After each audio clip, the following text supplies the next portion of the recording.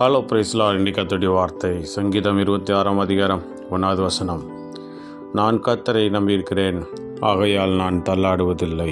ஆம் பிரியமானவர்களே, சங்கீதக்காரன் சொல்கிறார், நான் கர்த்தரை நம்பியிருக்கிறேன், ஆகையால் நான் தள்ளாடுவதில்லை என்று. அவருடைய இளம் பிராயம் முதல் சாகு வரைக்கும் அவருக்கு எத்தனையோ விதமான கஷ்டங்களும் துன்பங்களும் நெருக்கங்களும் வந்தது. ஆனாலும் அவர் தள்ளாடவில்லை.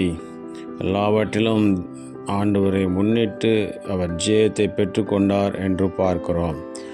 ஆகவே நாமும் கூட நாம் கர்த்தரை நம்பியிருக்கும்போது நாம் தள்ளாட விட மாட்டார். கர்த்தர் மேல் உன் பாரத்தை வைத்துவிடு, அவர் உன்னை ஆதரிப்பார்.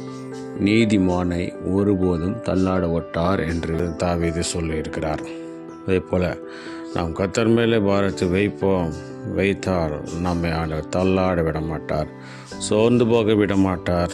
நம்மை தூக்கி தாங்கி நம்மை தப்புவித்து வழிநடத்த வல்லமுள்ள தேவனாக இருக்கிறார்.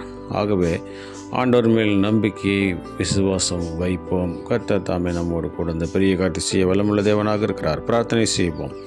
எங்களை அன்பை நேசிதான பரலோகத்தின் தந்தையை ஆசீர்வதிக்கப்பட்டதான இந்த நாளிலே நீர் கொடுத்த முடிய வார்த்தைக்காக நன்றி செலுத்துகிறோம்.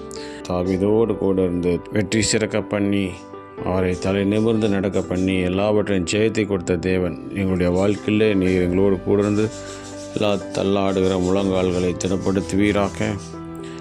எல்லா விதமான வாழ்க்கையில் இருக்கிற தள்ளாட்டங்கள், வேலையில் இருக்கிற தள்ளாட்டங்கள், படிப்பில் இருக்கிற தள்ளாட்டங்கள் எல்லாம் மாற்றி போடுங்க. ஊழியத்தில் இருக்கிற எல்லா தள்ளாட்டங்களாம் மாற்றி பூர்ண ஜெயத்தை கட்டளையிடுவீராக. கால்களை மான் கால்களைப் போல மாற்றுவீராக.